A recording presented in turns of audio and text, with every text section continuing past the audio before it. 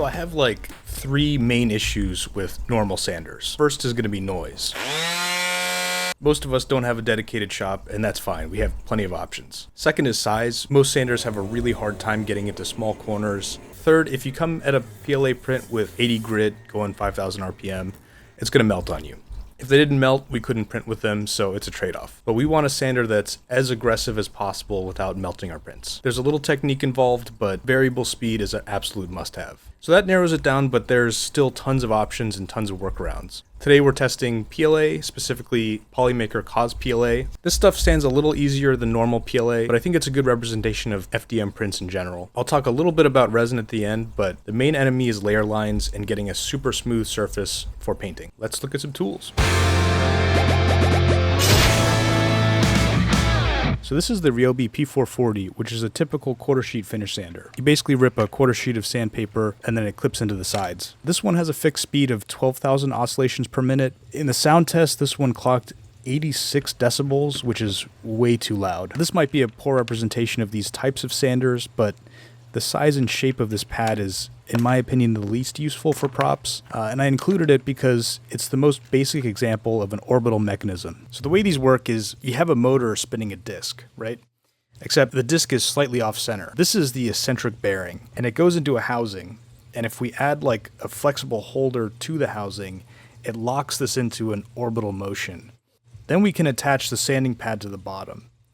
This is like super oversimplified, but the only specs that really matter are how fast the motor spins and how offset the eccentric bearing is.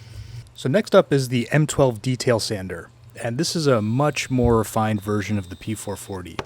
This is probably my favorite of all the oscillating sanders. It's got a nice pointed tip, interchangeable backing pad. This one is cordless with trigger adjustable speed, and it has like 4 max speed settings. So those are between 4,000 and 14,000 oscillations per minute, which is an excellent range. The most important part about this tool is that the entire pad moves uniformly, just like the P440, in a 1.5 millimeter orbit. This is the Makita LXT Random Orbital, which is very similar to the last 2 sanders, except it has a 3.1 millimeter orbit, so basically double the M12 detail sander. It takes 5-inch Velcro pads.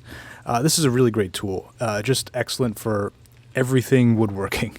Again, because of the size, this is better for big stuff. So like buster swords, helmets that don't have a lot of detail. It's also a little bit louder and heavier than I prefer. It's got the same mechanism as the last 2, but the pad spins freely and rotates. And this kind of randomizes where the pad is shaking and gives a more uniform finish, especially on hardwood.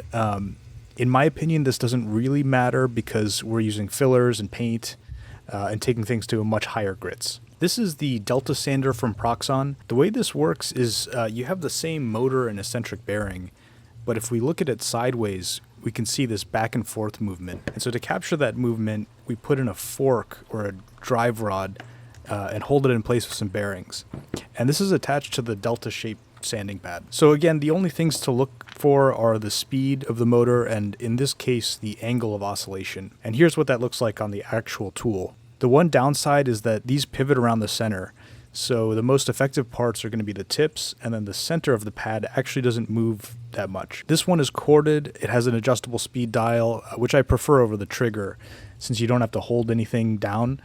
But I do wish the controls were higher up for one-handed operation. Last thing is you can totally make your own attachments for this. They just bolt straight onto the front. Here's a similar style, the M12 multi-tool. In my mind, it's tied for last place with a quarter sheet finish sander. It's way too loud and bulky. It has adjustable speed, but it operates at basically twice the speed of the Proxon. And that extra speed is not necessarily beneficial. It is, however, fantastic for making plunge cuts in 2x4s in really tight spaces with an offset cutter, which is really, I think, what it's designed for. So I'm including a belt sander in this list, mostly just because I have one. These tend to be way too aggressive for surface prep, especially on soft plastics. So I only use this when I have 2 interlocking parts and one side needs to be smaller. This is my current favorite rotary tool. It's the Ryobi PBLR T01 flex shaft. It comes with a foot pedal, and a really generous RPM range from like 500 all the way up to 25,000. I generally use this with 120 grit 1/4 inch sanding bobs for really tight corners, and I prefer using it around 800 to 1200 RPM. And that's really important because most Dremel tile tools don't really go that low. This is an excellent tool. It's basically silent at the low RPMs, and there's like a million ways to use this, so I'll do a separate video comparing it to other rotary tools I have. Last one is my personal favorite, the Proxxon 2-inch angle polisher. And it spins, and it spins good, from 800 to 2500 RPM. So this is meant to be used with foam pads and polishing compounds, but I've been using it with 2-inch sanding discs. Compared to the oscillating tools, this is much more aggressive. Like the belt sander, it's pulling the grit across the surface, but at 800 RPM, I find it to be very controllable. Anyways, let's do some testing. So the main focus of this channel is going to be making the most of what you have in a home setting. PLA is kind of biodegradable without the pigments and additives, and it generally produces the least toxic fumes while printing, but that doesn't really make the dust safe. So wear a mask and have a dust collection plan of some kind. So I printed a bunch of these and sprayed them with sealer black, which is going to stay in the low spots so you can see what's happening better on camera.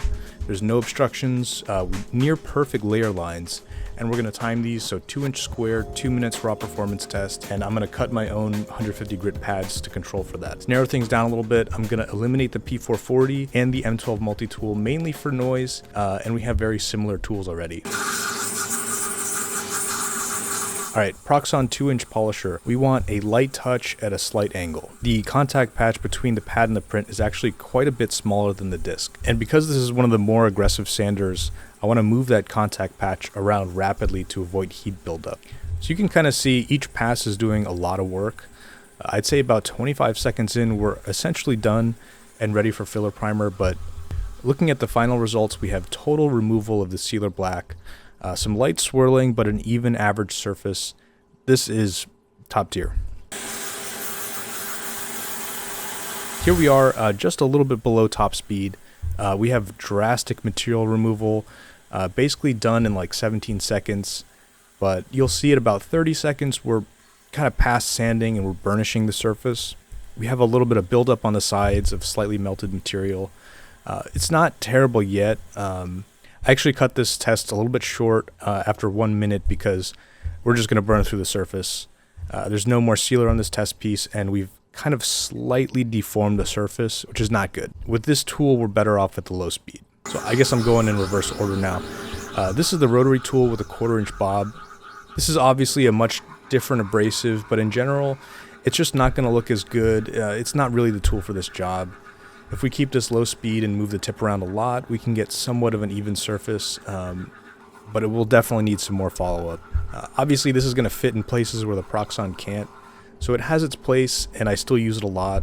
Results aren't that bad. We've disrupted the layer lines, and now it has a much more random texture, but this definitely needs more work with sandpaper before primer. So the belt sander, we're using a different abrasive. We start out okay, but you can see melting right at the bottom here. I'm just going to skip to the end. We're getting uneven results. Maybe it's probably a skill issue. I don't use this frequently because I find it to be the most difficult to control. Results are pretty poor, and we got the most melting. Okay, Proxxon Delta. I'm using a lot of manual input here. I want to use the whole pad. I think we can fast forward to the end. We got fairly even material removal, but not a lot of material removal.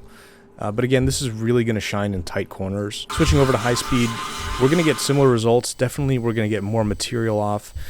We did get complete removal of the sealer in the middle. And generally speaking, this is ready for filler primer. Okay, Makita Random Orbital. Right away, this is revealing a flaw in the test pieces, which is very typical. The print is slightly puffed out in the corners and a very slight elephant's foot. Out of all my sanders, this has the largest contact patch, and it's probably going to give us the flattest surface. And even though it spins and shakes, it's not like a dual action, so the spinning isn't forced. Results are fantastic, very even, ready for primer, and we have mostly complete removal of the sealer. Low speed is very similar. We don't have enough friction or momentum to get the rotation of the pad, so it's essentially just acting like an orbital. Skipping to the end, we could see less material removed, but regardless, very even, very flat results. Definitely ready for primer. Alright, Milwaukee Detail Sander. So again, I'm adding a lot of manual input with the circular motion. This has probably my favorite pad shape. Very even, controllable results, but this is a little bit slow. Again, that trade-off with the sound, like the low noise. End results are very close to the Delta Sander at low speed. We did not get full removal of the sealer, but we are totally ready for primer. On high speed, we get very comparable results to the Makita Random Orbital, also on high. We've removed nearly all of the sealer, and results are much better than the Delta on high. Lastly, I did one by hand, all out, as fast as possible. And the results are very similar to the Delta and the Detail Sander on low. No complete sealer removal, but still an even finish. So I wanted to do some like really objective testing with these, but these are all tools that I've had for at least a year. My opinion is that all of the oscillating tools are kind of performing about the same, so you just use what fits. The Makita Random Orbital has the best performance for surfaces with no obstructions. The Milwaukee Detail Sander has that pointed tip for tight corners, and then it also has the 3 sides, which are really useful for tight edges. And rotary tools really shine in places like this. This is a project I delivered last week for 2 shorties for a Valorant team. Again, Cosplay off the Ender 3S1 and the CR10 Smart Pro. I pretty much only use the 2-inch polisher except for that one part. I went through 150 grit all over everything, then 220 both by hand and with the 2-inch polisher. Then I did only 1 coat of filler primer, some spot treatments, and then I went back with 400 grit, mostly by hand. And that's it, onto painting. My personal preference is to go very heavy-handed with the sanding and very light on the filler. Here's another example. I ended up making 9 of these custom classics for the VCT24 team skins. These are all smaller, so all resin, Sorayatec Fast Gray off of an Anycubic Photon Mono M5S. So the thing about resin is that it sands super easy, but if there's any stickiness after wash and cure, you're gonna have a lot of paint adhesion problems. So any kind of masking is gonna lift up your paint. So just as a safety measure against that, I like to lightly sand the entire exterior, starting at 220 by hand or 320 with a tool, and then hit it with primer, 400 grit, and then sealer, and then onto paint. There are, of course, exceptions to this. Clear parts, I like to take way past 1000. I'll be honest, with parts like this, it's sometimes better just to do it entirely by hand. The edge of the 2-inch polisher disc can almost be like a saw and cut into your surface because of how fragile resin is. But if you have like serious support structures left over, then 220 on the 2-inch polisher is absolutely the way to go. If I could only have one tool, it would actually probably be my Ryobi rotary tool.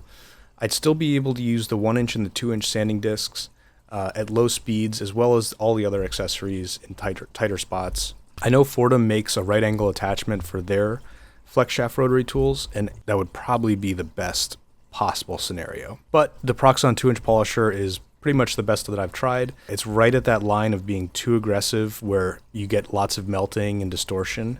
But obviously, it can't fit into corners, so the perfect combo would be to pair this with the M12 Detail Sander or the Proxxon Delta Sander if you don't have that battery system. So if you're interested in the 2-inch pads and you want to try them before you buy an actual dedicated 2-inch polisher, these mounted drills, it's kind of very awkward to hold, but the sponge pads help out a lot. I really do not like the twist lock versions. I don't know what it is about them, but they're really not good. Harbor Freight does carry a 2-inch sanding kit. I think this actually might have been from that. And I think it has 1/4 threads on it. Amazon has a similar urethane backer, well, with 1/8-inch shanks for rotary tools. So the one thing I didn't mention is in my testing, I tried wet sanding, which is something that I do all the time to keep the temperatures down, to keep the dust down. It took my sander about twice as long to complete that 2-inch square test, which this was like completely baffling. I retested it a bunch of times.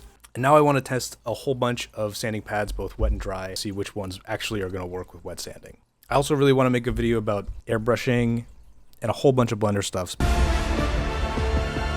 Basically, everything before or after the 3D printer. So let me know what you think, if there's any tools I should try out, and stay tuned for the next one.